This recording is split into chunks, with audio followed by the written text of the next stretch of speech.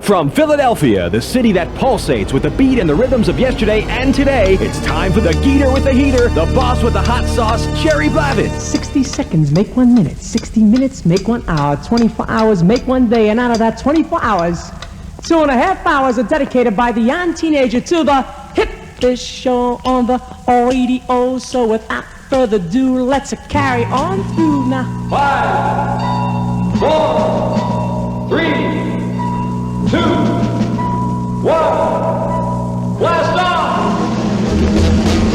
Young teenager, gather round. Hark to the sound I'm a putting down. Come on, baby, let the good time roll. Come on, baby, let me thrill your soul.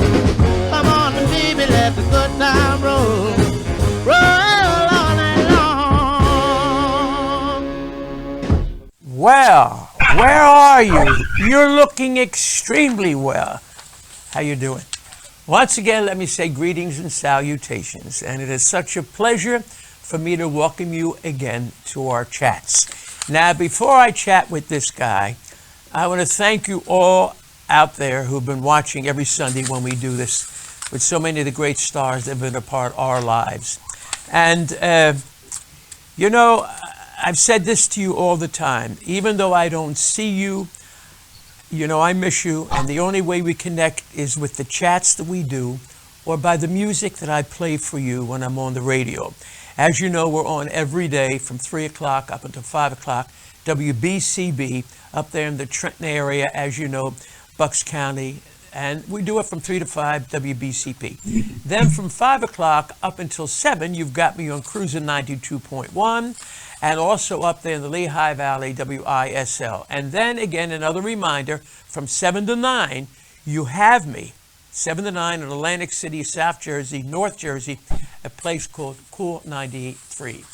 Now, I want you to listen to this voice. This is probably the last of the crooners.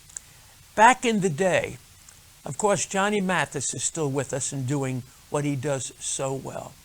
But this was the voice. See if you can recognize this music. David? Can I hear it? Here we go. And then you say hello, and I can hardly speak. My heart is beating so, and anyone could tell. You think you know me well, but you don't know me. The original, as you know, was by Eddie Arnold. I need Someone to hold each night. for lovers only. The CD. Someone to squeeze real tight. Darling, can that someone be you? Make me leave my happy home. You took my love and now you've gone. Since I fell for you.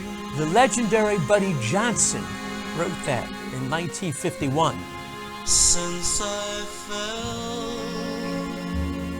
for you.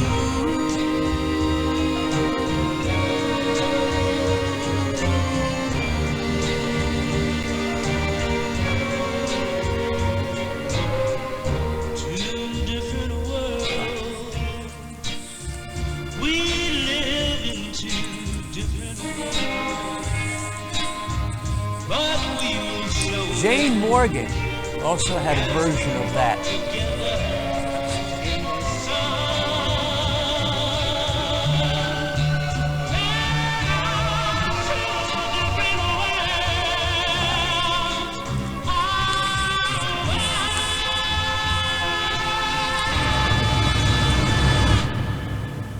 Don't take your love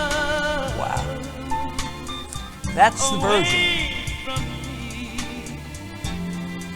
Don't leave my heart in misery. Neil Sedaka originated that upbeat. Come on, baby. But Neil, when he heard this version, he had to go back into the studio and he re-recorded it. Breaking up Wow. is oh so hard. No, you don't know me.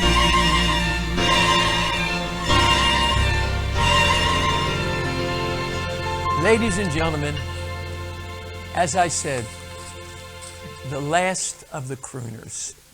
There's not enough time for me to tell you about Lenny Welch, but I'm going to try it. Lenny, are you there? My man! Yeah, I'm still here. Hey, Len, Still kicking. what happens when you hear that music that I just played for you? Well, to tell you the truth, I got goosebumps, to tell you the truth. I'm not lying about that. It takes me way back. Well, how old were you when you first began? I know that everyone knows you're from Asbury Park, but how did it all begin for you in a musical career? How old? Oh, I guess I was about 15. Uh-huh. And I wasn't interested in becoming a singer. I had no idea I'd ever be a singer. And this young fella in my hometown stopped me one day and said, I'm going to start a singing group and I want you to be in it. And I'm saying, well, what do you mean? How do you know I can sing? I never sang anywhere except in my kitchen listening to the radio. And so I figured he must have heard me sing while I was walking down the street. Maybe he heard me singing to myself. It was, he always, every time he saw me, he would ask me to sing in his group. He said, I'm going to start a singing group and I want you to be in it. And I used to hide from him. Every time I saw him coming, I'd go around the corner because I didn't want to be bothered, you know. And then we wound up going to the same high school. And one day, sitting in the gymnasium, we're supposed to be having a study period, and I heard some guys singing, and the guys I was sitting with said, I asked them, I said, who is that singing? I said, they really sound good. And they said, well, that's Joe Major. I said, well, that's the guy that's been asking me to sing in his group. So I went over, and because there was a crowd around him and a couple of other guys, and I walked over where they were, and he looked up and saw me and motioned for me to join in. Well, I did, and that's how it all started. And he told me then, he said, look, tonight I'm going to have an audition at my house in the basement, and I'm going to have guys come over and audition for the group. He said, you're going to be in it. Yes. So I said, okay. So sure enough, that's how it started. How did you get hooked up with one of the great labels? Archie Blyer, for you people out there, was the musical conductor for Arthur Godfrey, and he started a label called the Cadence label. And on that label, you had the Cordettes, you had Joyce LaRosa, and you had Lenny Welch. Now, how did you hook up with Archie Blyer, who was one of the most famous names in the industry at that time? Well, as you know, my dad is Coley Wallace. He was a professional fighter. In the Joey Lewis story. Yeah. Yes, he played in the Joe Lewis story. He played Joe Lewis in the Joe Lewis story, the movie. And he adopted me. He was not my biological father, but he adopted me when I was a kid. And he introduced me to a disc jockey, and they were my managers. And the disc jockey took me up to see Archie Blyer, and he told me, I must have been about 18 or 19 at the time, and the disc jockey told me, he said, look, Archie Blyer only puts out hit records. He may wait a year before he puts out a record, but if he puts one out, you can bet it's gonna make some noise. Yeah. So he took me up to see Archie, and Archie took me over to the piano, and he played "You Don't Know Me" for me. And he said, "I want to hear you sing this." Well, I was trying to sing it nice and pretty, like Johnny Mathis or Tony Bennett or something. He said, "No." He said, "I want to hear you do it. Sing it like you would sing it if you were singing with that group back in Asbury Park." I said, "Oh, so you want me to put some soul in it?" So I started singing, and he said, "Yeah. That's it." But did you know it was a country song originally? Did you know it was country? Yeah. So he started playing it nice and pretty. Yeah. I put a little soul to it. So he turned to my manager, and he said, "I want to sign him up." He said, "I'll sign him up. We'll go in the studio next week." And that's what happened. We went in the studio next week, and we recorded "You Don't Know Me." That was my first chart record. However, I did record for Decca Records prior to that, but nothing happened. I recorded a song called "Rocket to the Moon." And the flip side was a song that one of my friends back in Asbury Park had written. It was called "My One Sincere." Oh, I love that. I play more songs. You see, I have the freedom, as you see, this is my studio, Len, so I have the freedom to play music that nobody else plays.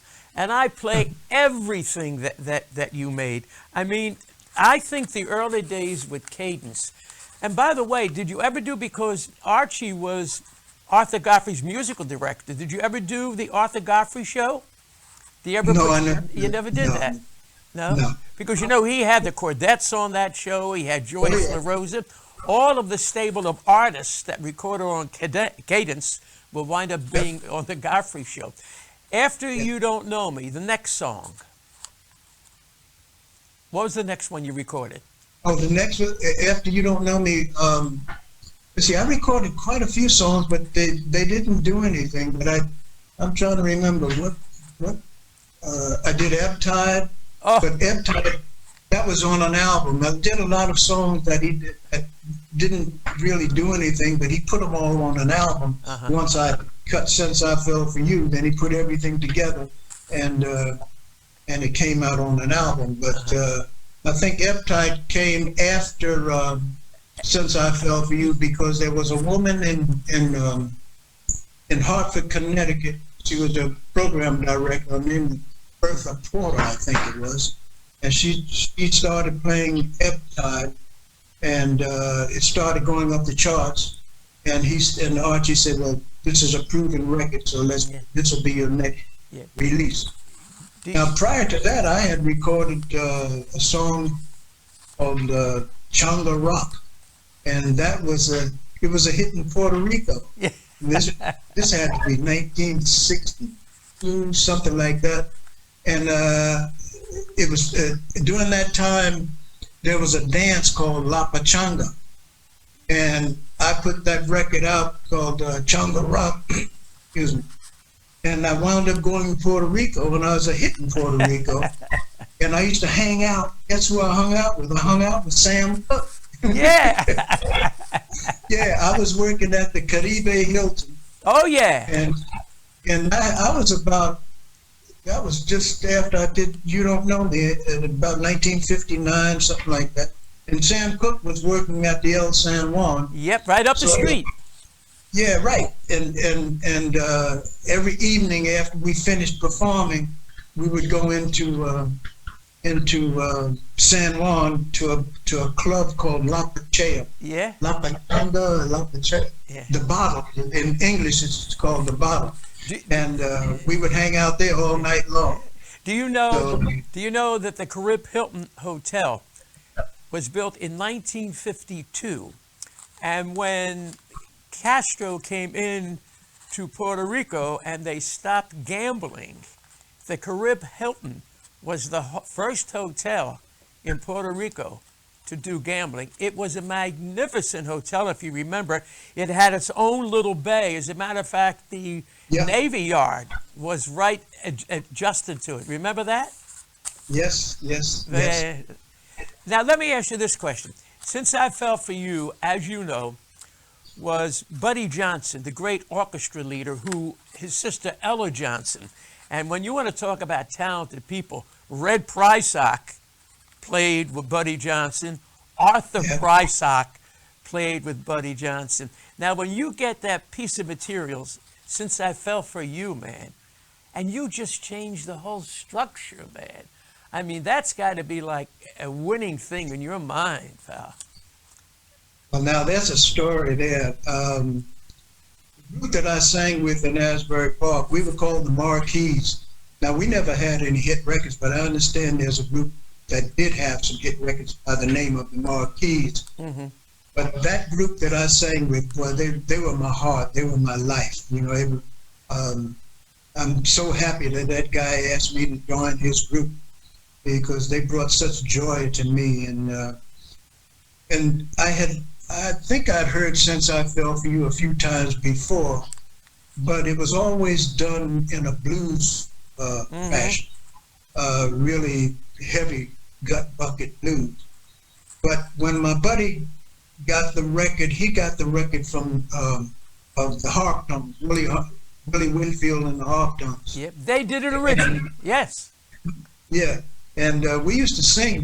I used to copy Willie doing the song, you know. So when I moved to New York and I met with Archie Blair, Archie would always ask, is there a song that really means something to you, maybe that you sang with the group back in your hometown? Is a song that really sticks out to you? I said, yes, a song called Since I Fell for You.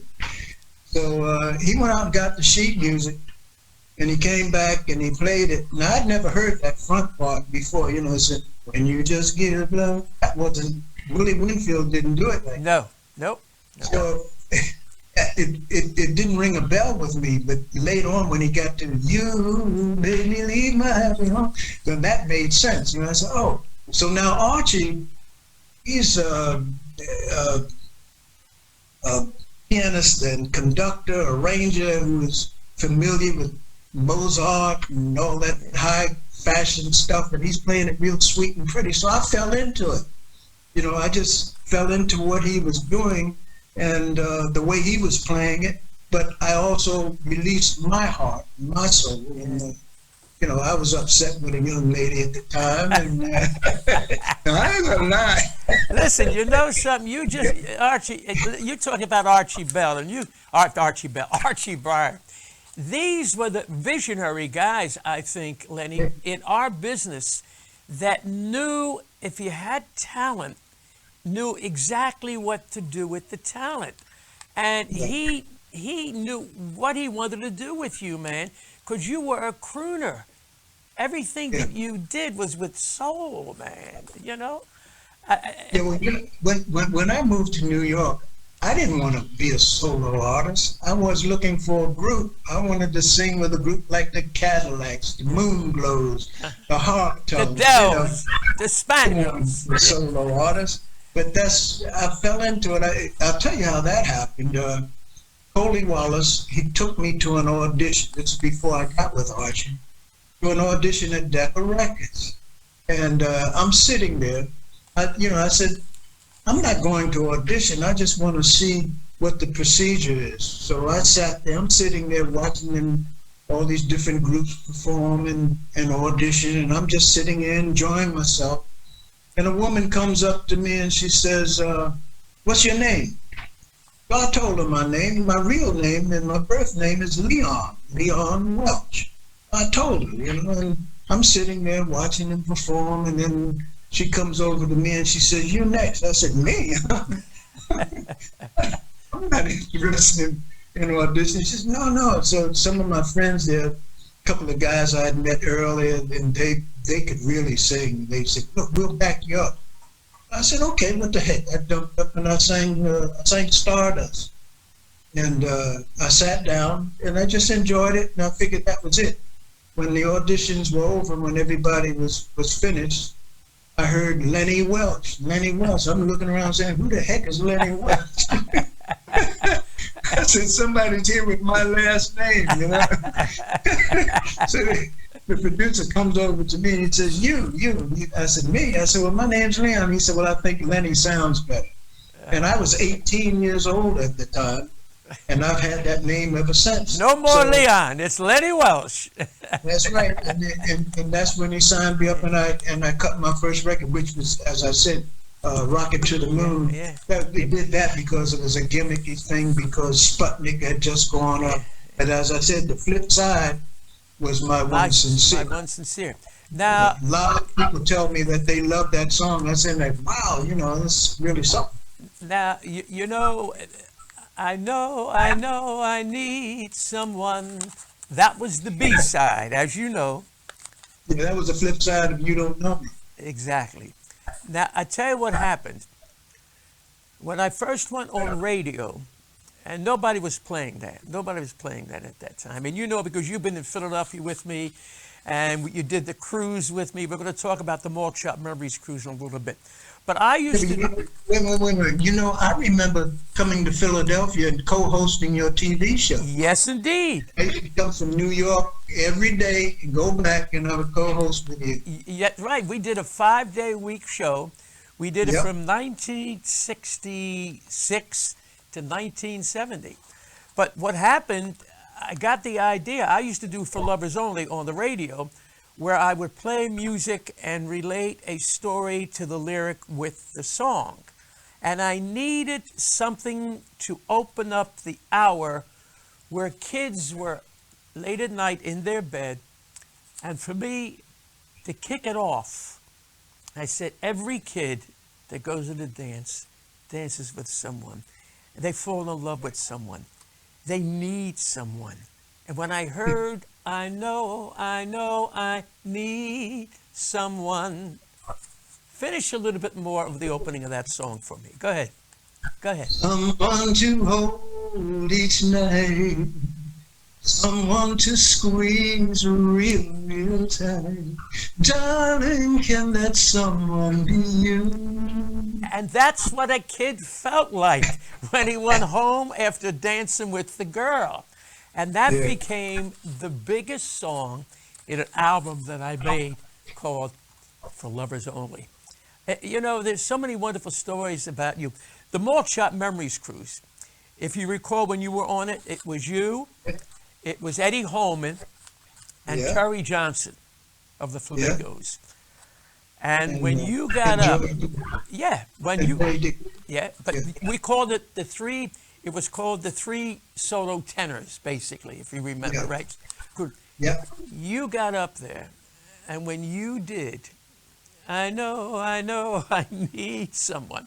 The folks from Philadelphia went crazy because that was really the Philadelphia song. And you know, talking about the cruise, what do you think of those cruises that the Malt Shop Memories people do? Aren't they wonderful, Lenny, that brings our people together?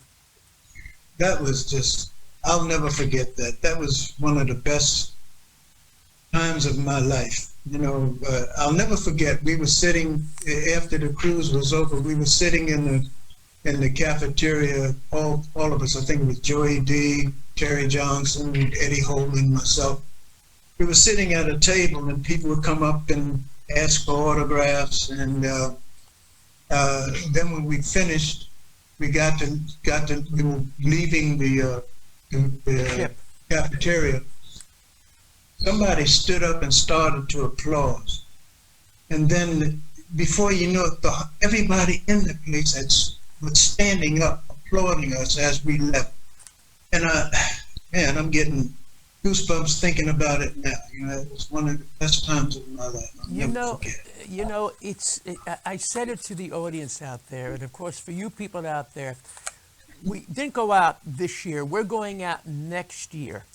And if you really want to relive the music of the great artists, which Lenny is one of them, and the Beach Boys, and Dionne Warwick, and of course this next cruise, as you know, will be with Gladys Knight, and of course the Righteous Brothers will be on the cruise, and Mary Wilson will be on the cruise.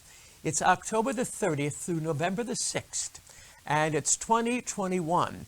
Now, if you call right away, you can get a discount if you mention Lenny Welch's name or mention my name. These shows, remember, it's a lifetime experience. And the wonderful thing, Len, about the people that go on this cruise, they come back again and again. And you know, Len, you know what's also wonderful about your career? When young people hear and see you perform those songs, they fall in love. Because young people today, to them, to us, it's old. But nothing's old. If it's good, it's new. So that's got to be wonderful for you to know that through all of the works that you've done, through generation after generation, young people are picking up that music. You are truly a crooner. You know that, don't you? Yeah. But, what can I say, man? I'm so happy to Listen, know this. Matter of fact, I had a young guy, he told me he was 21, sent me an email, I'm on Facebook, so he sent me an email, and he said, I'd like to ask you some questions. He said, I'm a big fan of you and the artists from the 50s and 60s, and he says, a lot of my friends are into it. He said, I really mean they're really into it, man. I said, really? He said, yeah. He said, I want to get some information. Who are the musicians that played on Since I Fell for You and some of the other records? He said, you get all the information about other artists and who the musicians were, but you never know who these musicians were that played for the artists back in the day. So I wish I could have helped him, but you know, they were studio musicians, and I just didn't know. That was too far back, 1963, 64. That's too far for me. Well, back in the day, all of the cats that did studio work also worked for Basie. They also worked for Duke Ellington. These were side musicians that also played. I mean, the great drummers going back there. I mean, you go with horn guys, you go with the great guitarist and Phil Upchurch, and you go with Buddy Johnson, and you go with, I can go on and on and on. So there were so many great session players that actually worked with Basie and Duke Ellington. I'm sorry. Now, and there was a drummer named Bernard Purdy. He played with me, played on a lot of my stuff. Mm-hmm. And also I told him that back in those days there was no overdubbing. No. When we all sang it, we recorded together, the orchestra, the singer. Yeah. When I did it, if somebody made a mistake, everybody stopped and did it again. If the bass player made a mistake, everybody stopped and we did it again. There was no overdubbing. Everything was live. Yeah. That was beautiful. Well, Sinatra, when he would go into the studio, bop, bop, bop, bop, bop, and he'd take your hat off a little bit, man, unbutton the bow tie or the tie, and he said, let's go. And after 3 or 4 sessions, after takes, if they didn't get it, he said, I'll see you later on. I mean, that's the way it used to be back in those days, Yeah. Listen, if you didn't become a singer, what career would you have chosen? Oh, boy. I often think about that. I have no idea.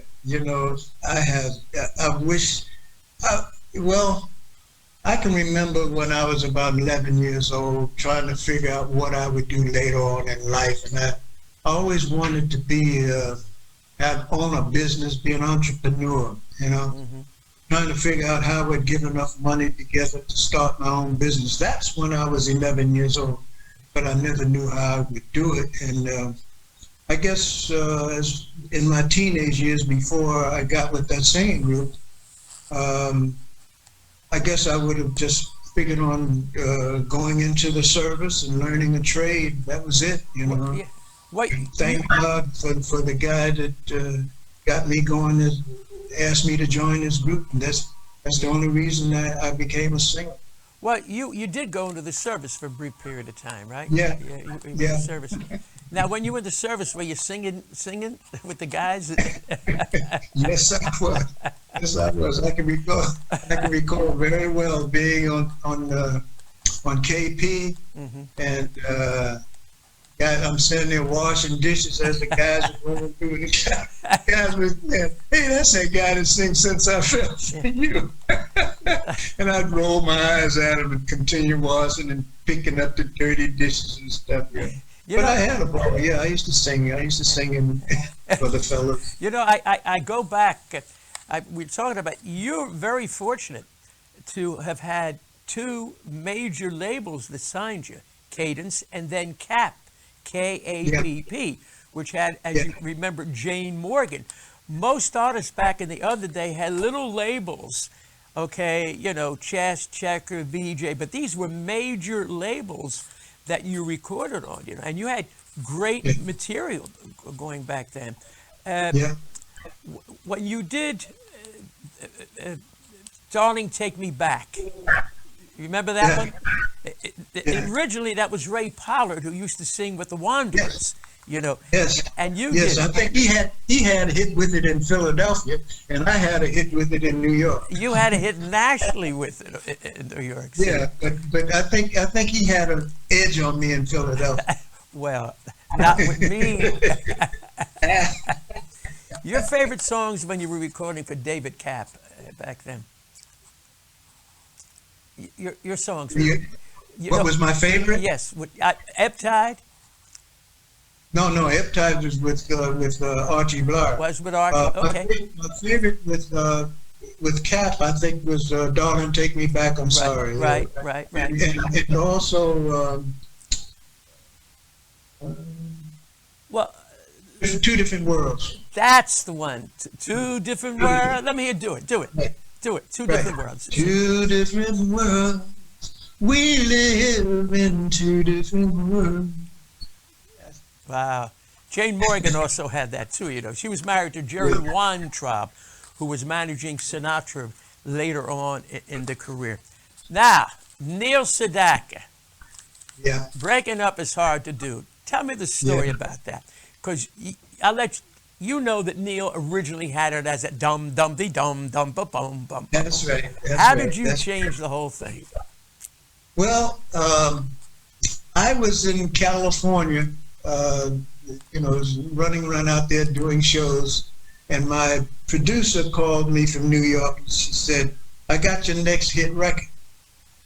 I said, "Yeah, okay." So when I got back to New York, she played "Breaking Up Is Hard to Do" for me, and she was very close friends with Neil Sedaka and his writers. I think his name was Howie Greenfield. Yep. Yeah, and so she knew them, and she started playing it slow. I'd never heard it done that way before, and I said, "Wow, this is very similar to Since I Fell for You." So we made a demo, and took it around to different places and different record companies, and I think the Commonwealth United decided to put it out. So that's how that came about. And when I was in England, I called. This is some time later. I had called Neil when he was in England also, and I asked him if he'd be interested in producing me, and he said that he was busy recording his daughter. Right. He was able to do it. So that's how Breaking Up Is Hard to Do came about. How? But then he went back into the studio and re-recorded it with your style, man. With not the dum dumpy doom doom doom doom, because that was bubblegum originally the way he did it. You made it into a love song, and then he realized, I want to do it like that. Yeah. But whenever he went on the late night TV shows like the Johnny Carson show and so forth, he always mentioned me. He always said that I had recorded it first as a ballad. Right. His was an up-tempo thing. Well, you also did some acting too. I mean, your dad, was an actor, but you did some acting, and I think you did some TV soap operas. Did you do some of that Yeah, stuff? I was on General Hospital a few times. You know who loved soap operas? Sammy Davis. Sammy would stay in his room, and from 10 o'clock in the morning to 4 o'clock in the afternoon, look at all those soap operas that are on. He was hooked on soap operas. There was another song that I did. A lot of people comment on it, and it's kind of funny because people are coming up commenting on songs that weren't hits, but they were on some of my albums, and they're saying, "Oh man, I really loved your version of song." So I'm saying, "Well, I wish they'd put it out so it could have been a hit, But one song was "A Taste of Honey." Oh yeah. Yeah, and I did the first version that had lyrics. Who was it that did the instrumental? You know who that? Herb Alpert also did "A Taste of Honey." Yep. Instrumental. But I did the first version with lyrics, and I was working in England once, and my piano player was teaching Paul McCartney's wife how to play piano, and this is his first wife. I think she passed away. And so when he wasn't working with me, he was teaching Paul's wife, giving her lessons. And one day he was there, and Paul McCartney asked me, he said, "What are you doing these days?" He said, "Well, I'm working with this American singer named Lenny Welch." He said, "Oh, we know of him. We recorded A Taste of Honey because we heard his version. Yeah. We listened to one of his albums, we heard his version. That's why we recorded A Taste of Honey." Now, he also said it in a book that he wrote, mentioned that they recorded A Taste of Honey because they heard my version. It's interesting. Many people didn't realize that all of the English groups and all of the English artists, they were in awe of our American artists. And at the very beginning, as you knew, the Beatles did all the Chuck Berry stuff and Boys by the Shirelles and all that stuff. The American influence all over the world with our music, really, people didn't realize how important our music was. And then when the English invasion came in, well, that sort of put a crump for the American artists, because everything on radio, Lenny, back in those days, was format radio, and everything was English. And so many of the American artists did not get play because of the fact of the English invasion back in those days. But you see, the Four Seasons, the Four Tops, American groups, American artists that had something really special, you always came right through. And you talk about Motown. I mean, Motown during the English invasion really popped. I mean, with the Four Tops, the Supremes, Mary Wells, Smokey Robinson, the Marvelettes, Junior Walker. I mean, it was an exciting time for us in music, Oh, yeah. Now you're making me think of some things. I remember working at the Apollo Theater, and my record was #1, and Diana Ross and Supremes were performing there also, but they were unknown. They had a dressing room next to me, and Flip Wilson was the MC, and they would go out on stage. They opened the show because they were unknown, and I used to always stand in the wings and listen to them. I said, "Man, they are good." I never thought they would be as big as they became, but I knew they were good. They were really, really good. And the comedian was Mums Mabley. Oh, Moms! They didn't know if Moms was a boy or a girl. The Apollo, when you did that, the first song that they had, "Where Did Our Love Go?" That was the first song, the first hit song that the Supremes had. And that happened when they were doing the Dick Clark Cavalcade of Stars, and Mary Wilson, who's going to be on the cruise this time when we go out, told the story about that they were on the Dick Clark show, and record busted, and then they wind up doing the Apollo and became big stars. All you need is one record, right, Lenny? That's it. One record. But it's not easy. No. Not easy at all. Well, you know, there's no more record companies like it used to be back then, Len. Back then, you could shop a master. You could go to the Brill Building, or you can go to New York City. There'd be 16 different labels. Yeah. And you'd go from one office to another office to another office, you know. It's very difficult today for young people to break into this business. I have no idea how they do it. I just remember how it used to be. As you say, going into the Brill Building at 1650 Broadway. Yeah. And I remember when Dionne Warwick was first starting out, and she was unknown at the time. I remember seeing her at 1650 Broadway. Yeah. And Scepter Records. Huh? Scepter Records. Scepter Records. That was the Yes, record. right. And That's right. That's where the Shirelles were. Yeah. By the way, you know, her birthday's coming up, December the 12th. Dionne Warwick will be 80 years old. And you know, listen. I got a beat. I know. I ain't gonna say how much. But you know, when she did the Malt Shop Memories cruise, and this is another wonderful thing about these cruises, it's just not rock and roll or rhythm and blues or doo-wops. It's the complete history of music. On the Malt Shop Memories cruise, we've had Petula Clark. When I tell you, this young lady was royalty, and the acceptance that she got was phenomenal. As a matter of fact, she said to me, Geator, I never expected this. Because, you know, I was not known as a rock and roller. I said, music is music. It doesn't matter. Yeah. So, as you know, Len, Malt Shop Memories Cruise is very important to keep our music alive. Do you agree, Len? I agree 100%. Yeah. As I said, I've never experienced anything like that in my life. From the audience, they just went crazy. Yeah. And I'll tell you, I performed on cruise ships for almost 20 years. I worked for Royal Caribbean Cruise Lines for almost 20 years. And I love working on the cruise ships. This Malt Shop cruise was nothing like it. That's all I can say. It's amazing. The artists were fabulous. The people were, oh man, they were just tremendous. They just had a fabulous time.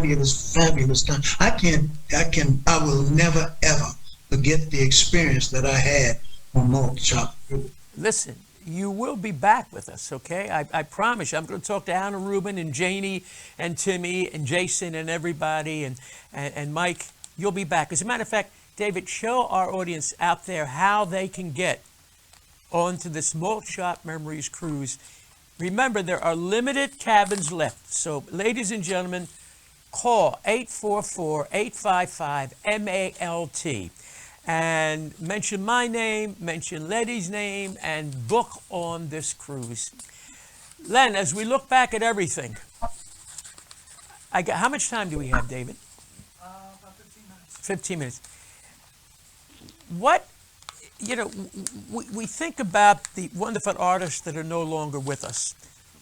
Roy Hamilton, who, as you know, set the pace. He's the top.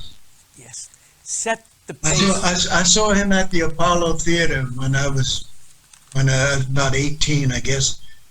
Man, he was fabulous. What a strong, powerful voice. You know, these artists all came from gospel. When you think about that, I mean, Roy Hamilton, you go back even with Dionne Warwick singing with her sister and Sissy, they were a part of a gospel group back in those days. But Roy Hamilton, to me, and you know, he did the original version of Eptide. Yeah, he did Eptide. He did a fabulous job with it. He did that. He also did I Believe, and Frankie Lane also had the version on that. And what was it? There was another song, You Can Have Her. Oh, yeah, I Don't Want Her. And then one, Don't Let Go, Don't Let Go. Hear that whistle coming on that line. Don't let go, don't let go. Right. And how about You'll Never Walk Alone, the way he did that. Oh, my from goodness. Carousel, wow. man. You know, Woo! I mean, Was best. you know, when I was a kid, I used to sneak in. There was a place in Philadelphia called Pep's. And Yeah. Lenny knows this. I performed there. Yes. I performed there. Right. Yeah, it was a jazz club, wasn't it? Yes. And it used to be called the Sepia Circuit. All the black artists used to record at Pep's or the Blue Note or the Showboat. Okay. Okay. And I used to sneak in to see Dinah Washington. Ooh. Yeah. And Sarah Vaughan, man. You know, Yeah. that some of these artists had to influence you at an early age, man. You know that? Yeah. Who were the early influences with you? Early influences. Well, I was in awe of Clyde McFadden Ooh. and the Drifters. Oh. When he, I'm talking about way back. I'm talking about when they did What You Gonna Do? Honey Love, Honey Love, Yeah. Honey Love, Money Honey. Money, honey. Wow. Yeah, songs like that. You know, that's what got me going. But I remember you mentioned Dinah Washington. I was performing at the Apollo with You Don't Know Me, and I was, I wanted to get a standing ovation. So I was doing tricks with my voice. I was doing everything, and B.B. King and Dinah Washington were there.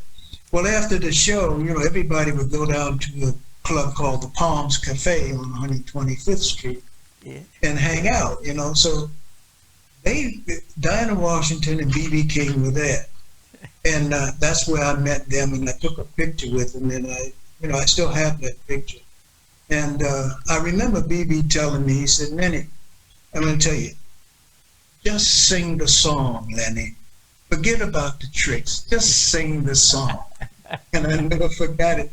And 2 weeks later, I was working with him as his opening act in Florida. And I worked with him I stayed with him for about a month. And as his opening act, and I was just a kid, man. I was about 19 years old, and me and a buddy of mine, after I opened the show for him, man, we'd get out there on the dance floor and party with everybody, and stay out until the next morning, about 9, 10 o'clock in the morning. That's what we were doing. And we were coming in, and BB had a house. And there was a house that he stayed in. He had a porch on it. And as we were coming in early in the morning, hungover, and he's sitting there having some coffee, and they look up and see him on the porch. I said, "Morning, B." And B looked at us. And you ain't gonna make it in this business. You keep doing this. Then I go to sleep. Listen. And I wouldn't get up until it was time to go and do the show the next night, And I mean, this is, I was a young kid. I didn't know. I thought that if you could talk, you could sing, but I didn't realize what he was saying until years later. I realized you can't burn yourself out. You have to get your rest. You have to get to sleep and eat right and so forth. Otherwise, you lose your voice. No. And so I'll never forget him. And years later, oh man, many years later, that was in the 50s, but somewhere in the 70s, I think it was about 75, maybe 5 years ago, just before he passed away. He was in California, and I was living in California at the time, and he was appearing at the Kodak Theater. And I went backstage to see him, and he didn't know who I was. And I had a picture of the three of us, B.B. King, Dinah Washington, and myself. And I had that picture, and on the back of the picture, I had written a note saying who I was and so forth. And I was in his dressing room, the press was there, and the place was packed. His dressing room was packed with people, and I leaned over and I handed him the photo. He looked at it and he turned it over and he read it and he said, "Oh my God." He said, "Everybody, shh." He turned to me and said, "This is one of the finest singers in the world." He said, and he looked at me, he said, "Now I know you had a big hit with Since I Fell for You." He said, "My favorite was You Don't Know Me." Wow. Wow. And I wish that I had David? a camcorder or some kind of camera where I could have filmed that and filmed what he had said, you know. And then I reached him and I shook his hand and I said, B, I said, I don't know if I'm going to see you again, but he said, I just wanted to. He said, what do you think I'm going to die? I said, no, man. So he gave me his address and so forth in Las Vegas. So that I had nothing but fond memories of B.B. King. You know, I go back with BB. You know, he was a disc jockey. Did you know that? He was a disc jockey. Yeah. In Memphis, I think. Right? Yeah. And he used to call me up and say, Geator, the thrill is gone if I don't hear your voice. I said, BB, he said, I want to hear the way it goes, Geator with the heater, the boss with the hot sauce. So when I interviewed him, I said, BB, you do that. He said, the Geator with the heater, the boss with the hot sauce. You know, the people that we loved in this business are very special people, Lenny, like you and like everybody else. I say it to the audience all the time. We're no different than you. You know, we live, we enjoy, we love, we have sicknesses, we have sadness. But the one thing that keeps us going is the audience out there. Do you agree, Len? Do you agree on that? Amen. 100%. I mean, 100%. When I step on stage and I look out at the audience, all I see is love. I don't care if you're a Republican, a Democrat, what race you are, what religion you are. When I go out, I just look for love and I give love. That's all I'm. You give your love to me. Let me hear you do that again. Go ahead. Go ahead. You give. Then say hello. And I can hardly speak. My heart is beating so. And anyone could tell. You think you know me well, but you don't know me. You know him when you see him on stage. You know him when he moves. You know him the way he loves through the music. Lenny, thank you. It's been such an enjoyable hour with you, you know, and I just wish you good health. Keep that smile going, man. And, you know, you and I go back a long time. Way back. Thanks, Jerry. And we'll be together again by the grace of God. Amen. My man. Love you, man. Thank you, Len. Thank you, buddy. Ladies and gentlemen, without a doubt, you talk about a gentleman, you talk about a talent, you talk about a star, but more important, a beautiful human being. And I think that you saw that when you saw this interview with Lenny Welch. I am so blessed and fortunate all of these years to be a part of a family of show business. I never intended to be where I am today. If you read my book, You Only Rock Once, you will see that at an early age, I found dancing, I found music. And that's the way my life has been. Someone said to me, if I had another career to choose, what would I do? And I said it to my grandson, Joseph, and his beautiful wife.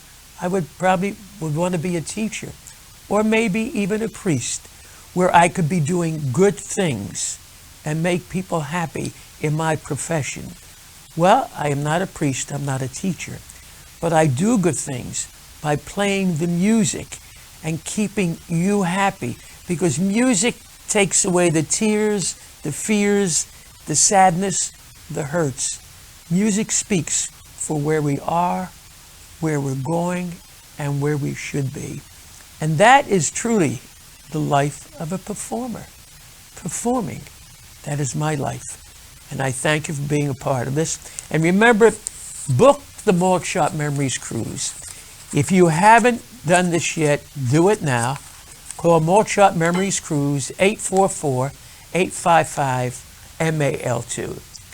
Malt. Love you, David. Thank you very much. Until next week, the Geator, the boss with the hot sauce, with a reminder, remember at all times, keep on rocking, because you really only do rock once.